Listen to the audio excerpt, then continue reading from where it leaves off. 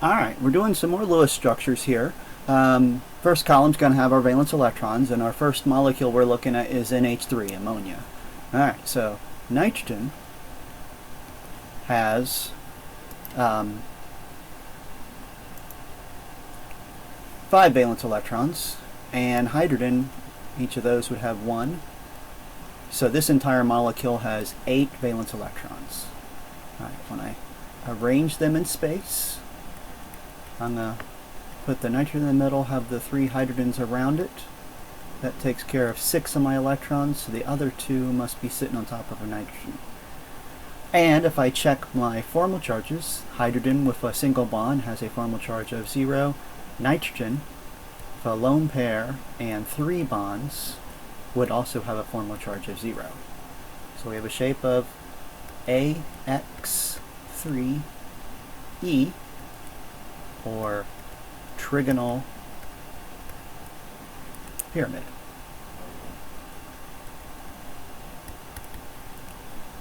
And it is polar. All AX3Es would be, because that electron pair would never be balanced out. But there is no resonance. We need a pi bond or a double bond to move around there. Alright, second one on the page, we're looking at nitrogen. Again, still has 5 valence electrons, so this molecule has 10. Now when we do this one, we're going to find we have to move 2 of those pairs of electrons in between there and make a triple bond. Won't have a shape because it's a straight line, but just like before, a nitrogen with 3 bonds and 2 lone pairs is still going to have a formal charge of 0. Alright, nitrogens are the same, so no and no. No need to resonate anything. Alright, C2H6. Each carbon has 4 valence electrons, each hydrogen has 1. So let's see, that would be 14 valence electrons. Alright, we're just going to distribute everything evenly. So I'm going to put 3 of the hydrogens off 1 carbon, and the other 3 off the other carbon, and those 7 bonds took up all my electrons. And that hydrogen still has a 0 formal charge because it's got a single bond, and a carbon with 4 single bonds would also have a formal charge of 0. So molecule's perfectly happy like that. Alright, molecular shape. You're looking at either one of the carbons as being AX4, which is tetrahedral. Now it's not saying the whole molecule's tetrahedral. Shape is tetrahedral at one of those carbons. Polar, no. Resonance, no. Alright, so moving down, we have C2H4, just removing 2 hydrogens. So we're going to go down to 12 valence electrons. Still going to distribute these evenly.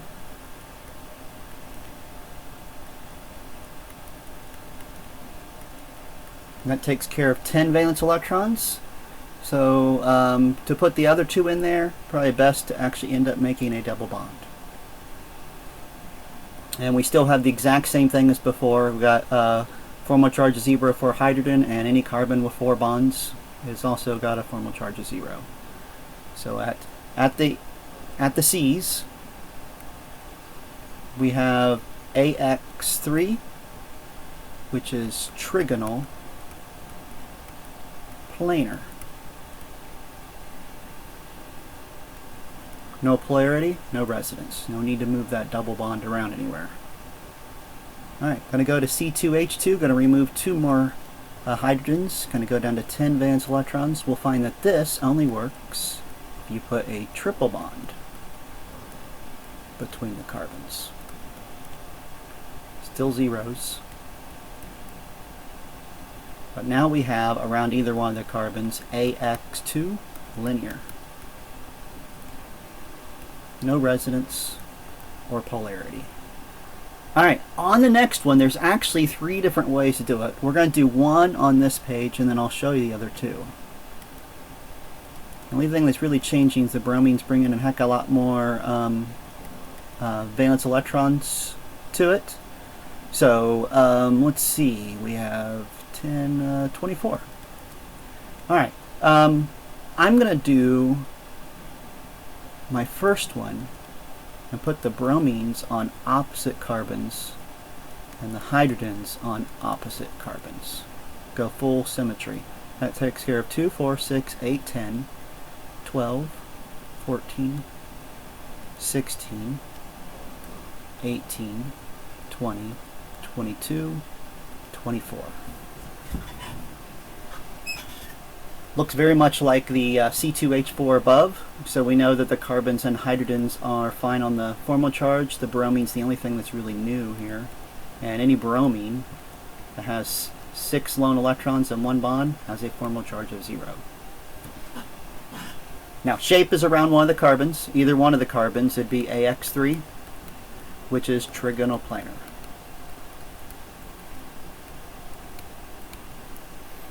All right.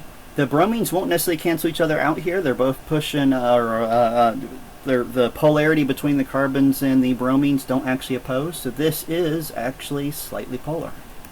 Still no resonance.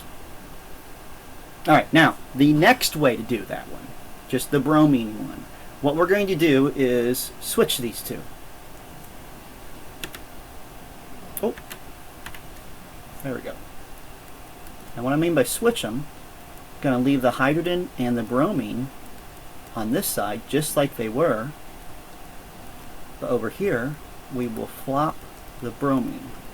Now in most cases it won't make a difference on that. Just moving them on a single carbon is just a bond rotating, but that double bond in the middle can't rotate, so this molecule and the one on the previous slide are two totally different molecules.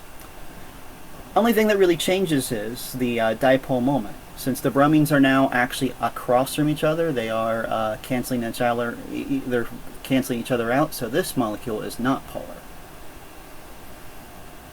All right, there is actually one more way of doing it. We are going to put the bromines on one carbon and the hydrogens on one. It's going to end up looking something like this: bromine, and hydrogen and hydrogen. Still with the lone dots on the bromines. But this is also polar simply because those bromines are actually on the same side. So they're not actually canceling each other out. Alright. Our last one, SO2. We have 6 valence electrons from a sulfur, 6 from an oxygen, so this would give us a grand total of 18 valence electrons. I'll put the sulfur in the middle, put the oxygens here, and if I distribute the remaining electrons, I would get here, and then I have to put 2 more on that.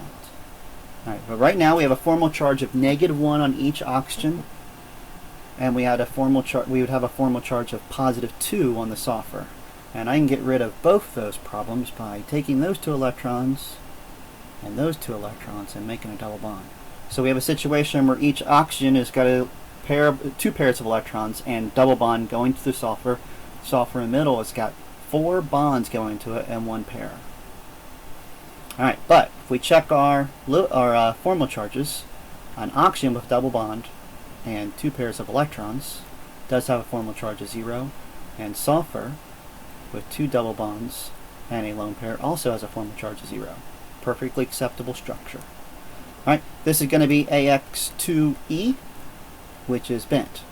Same name as H2O, but the bond angle will be different. And this is polar because all of our bent molecules are polar, but there would be no resonance here.